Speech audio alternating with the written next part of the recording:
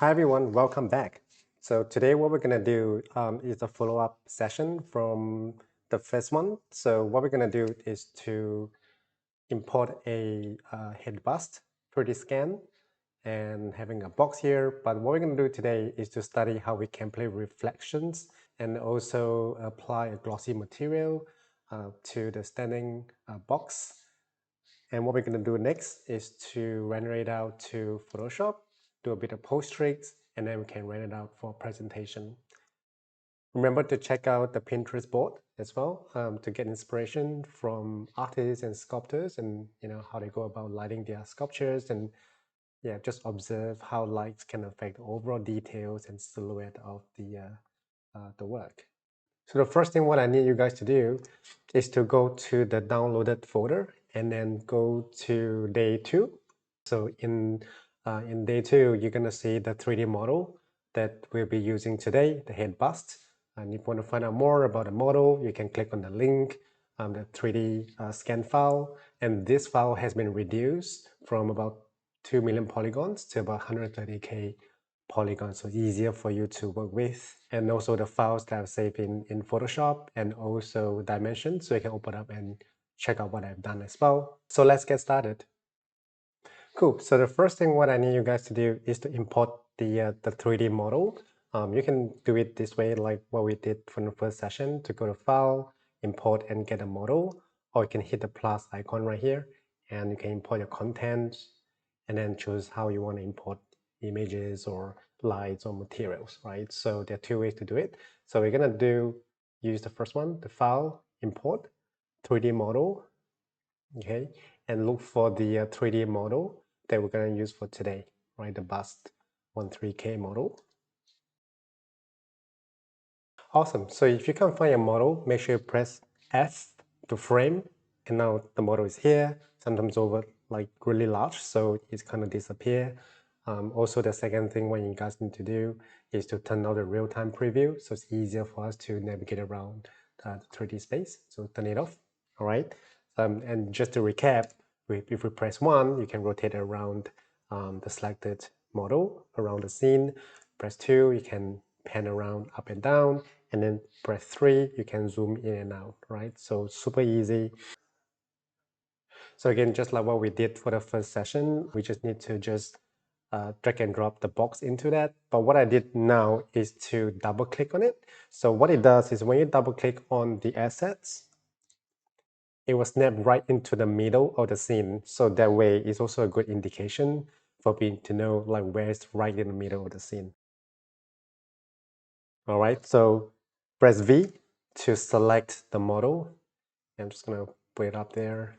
Okay, so like what we touched on before yesterday, if you click on the object itself, if you want to scale, press S to scale, right? Okay, or you can scale it from here as well, so it's up to you.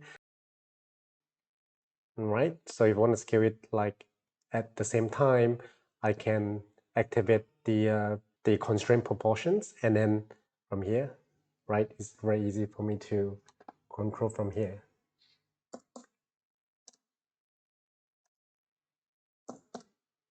Okay, let's do about this size, and then press V.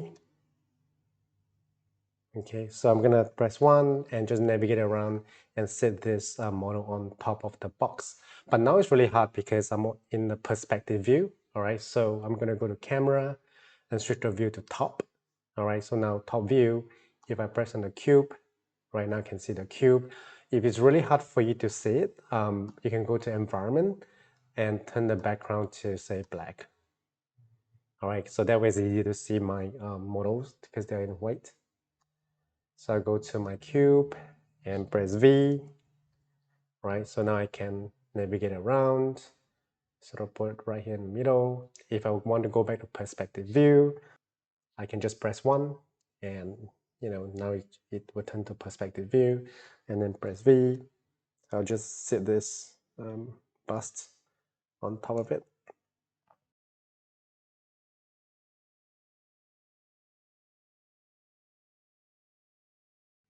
And I'm just gonna slightly make the size larger. So I'm gonna press S to scale, and just like scale it.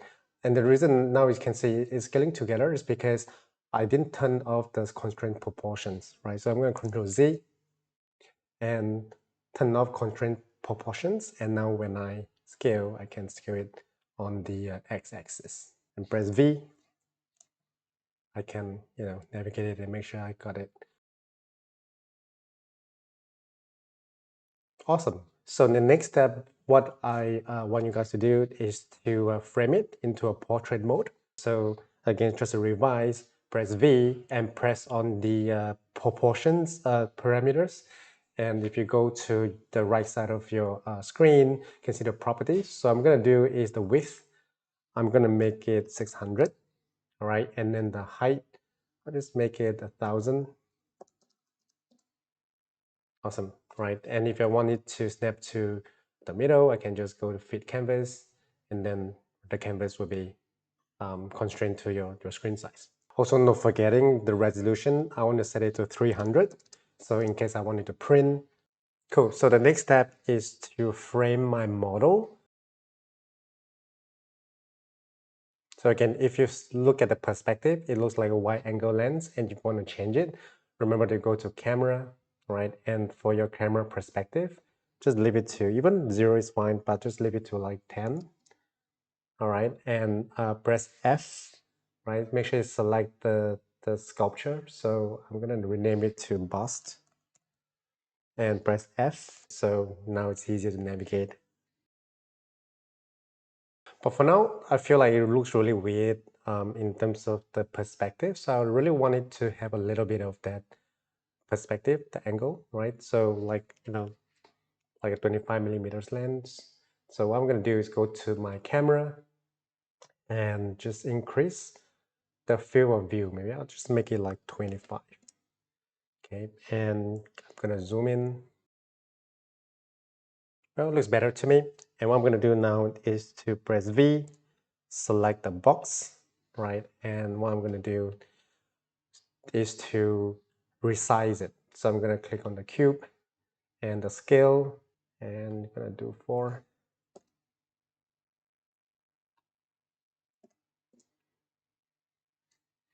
Okay, now it looks better. Just press 1. Cool, I like this framing. Awesome. So now I've set up the angle that I want, the portrait mode, and most importantly, remember to save your view, because if you rotate your view around, you're going to lose these camera settings. So go to your bookmark settings, camera bookmarks, hit the plus icon, and just save this camera view. All right, so that way you can say, for example, you want to change a bit of angle and you decide not to, you can just go back to your angle, the camera bookmarks, just snap back to your desired angle. So next thing what we need to do is to apply a material onto the skull. All right, so go to your left side of the screen and go to your materials tab. We're just going to use the same marble material for now. Just drag and drop. Okay, and for the platform, for the box, the support platform, I want a glossy material. So what I'm going to do, I'm going to go up there and just search for glossy material. What I'm going to do is to select the white glossy material. And you see, when you drag it on there, on your right properties, you can change the colors of your materials, right? So I'm going to change it to black. Okay, so you can see a bit of textures in here, the roughness and the roughness variation. So the rougher it is, the less reflective it will be. So I just leave it for now. Okay, if you look at the textures, the displacement, if you feel it's too much, you can repeat the textures, right? So if I say I repeat to like 6, right now it's not as huge. So now that we've set up the materials for the sculpt and the base, the next thing I want to do is to apply a lighting in there. So what I'm going to do is go back to the main scene, and this is a default environment. So we're going to use a studio light for the environment. Click on the real-time preview so I can see, roughly how it's going to look like when we set up for rendering. So for now, obviously the light for me is too bright and it's too shiny, the material. So what I'm going to do is to go to my lighting tab, go to the studio low key light, drag it in, and I want you guys to play around with different lighting scenarios and choose one that you like. So for the low key light, I can rotate it around and see if it's the kind of look that I want. So I was also trying to get different lighting scenarios. So one of the lights is called Studio Backlight. If you double click on it, you can apply to the scene. And I like it a lot because it really gives you like a museum kind of dark studio lighting vibe, and the reflection looks really, really good, right? So I'm going to use the Studio Backlight as my main default key light, right? And again, if you want to look at the 360 image that's doing the lighting, you can just double click on the properties light. So that's a good start. What I'm going to do now is to go to environment light and do a bit of rotation, right? And what I'm going to do now is to look at my model and make sure it doesn't look too flat.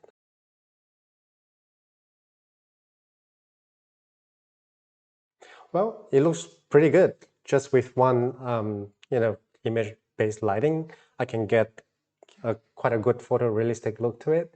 I will reduce the key light to about 80% intensity because it's still really bright. Okay.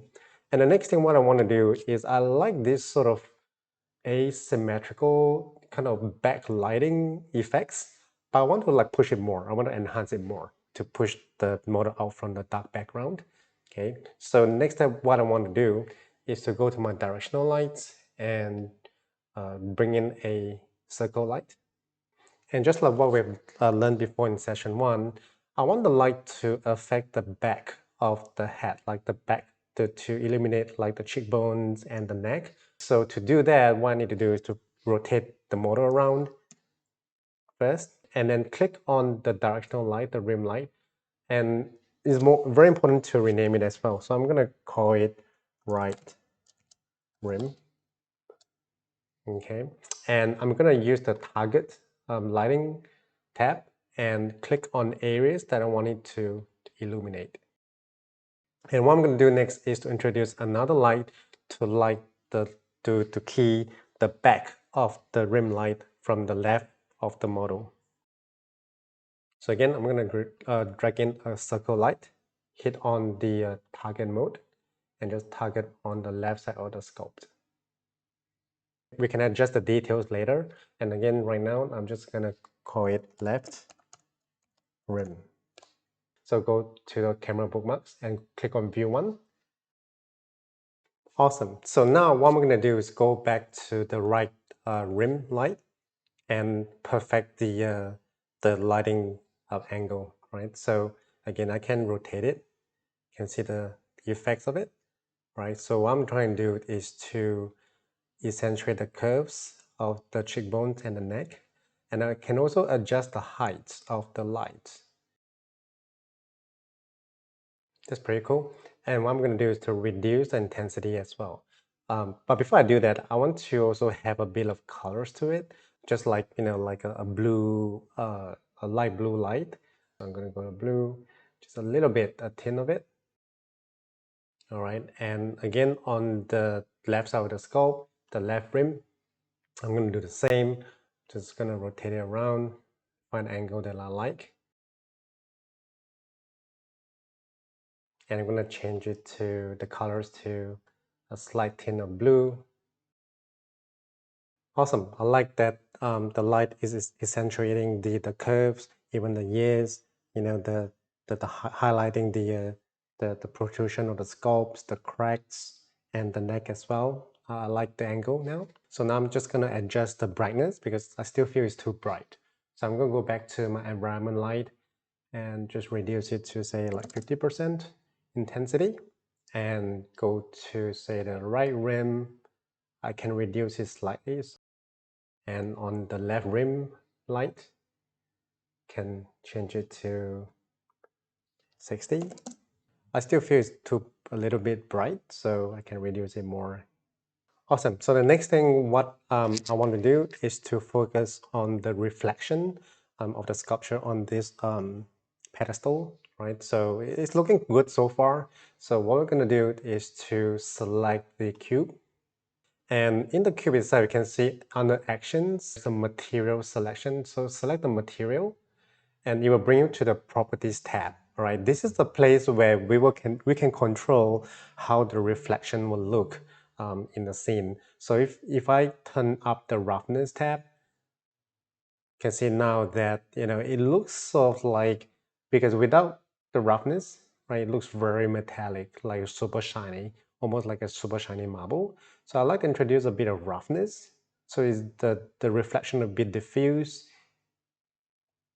so it looks more natural to the eye, and you can also adjust the roughness variation.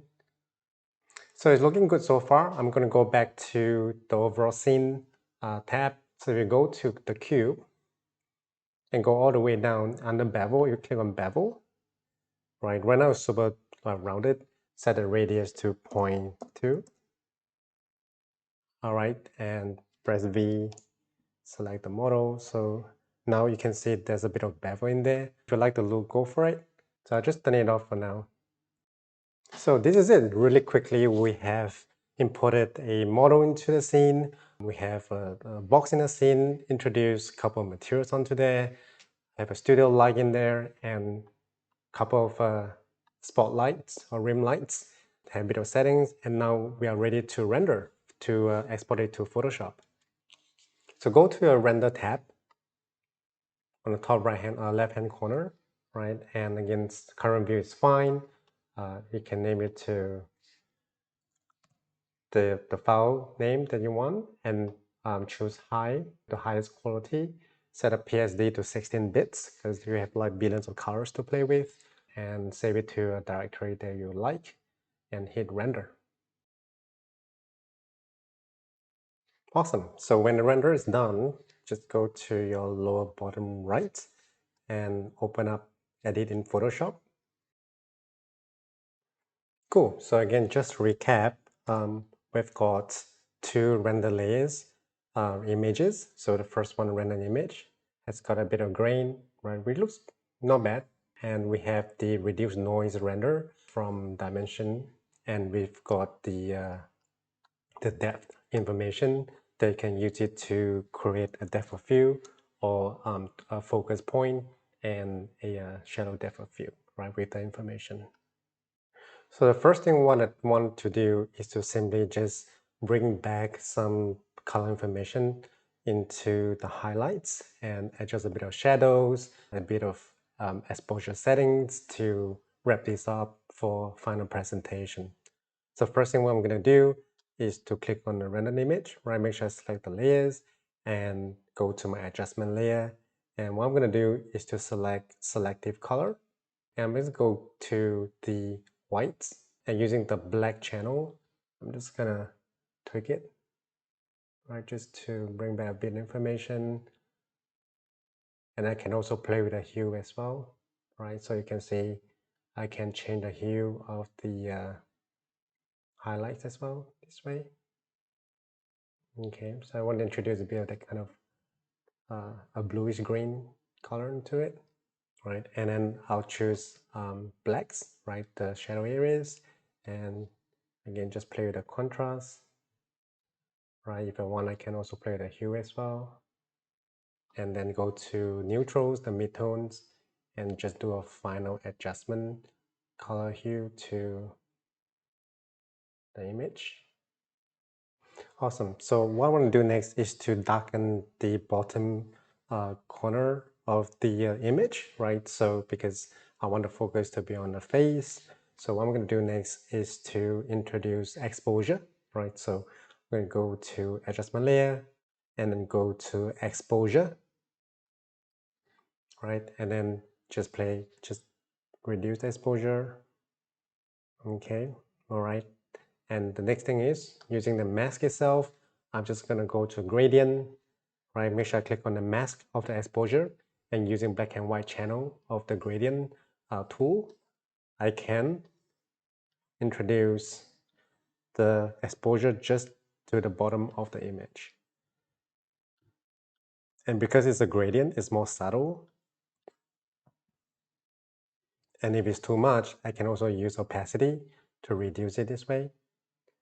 Awesome. So I like what I see, and I like how easy it is just using Dimension in Photoshop, and quickly we can whip up something that looks so realistic and pretty for presentation. So the next step is to save it as a Photoshop file and also save as an image if you want to send it off on emails or smaller file size, you want to send it for print, just make sure you save it as a PNG. So thank you guys for joining me in this session, and remember to again go to Pinterest boards and get inspired from sculptors and painters to help improve your lighting skills, observation skills as well, right? Make sure you look at the highlights and the shadows and see that a lot of times it's the shadows, that dark areas, that accentuate the silhouette of the model. So thank you all so much for your time. This has been a really fun session, and I'll see you in the next class.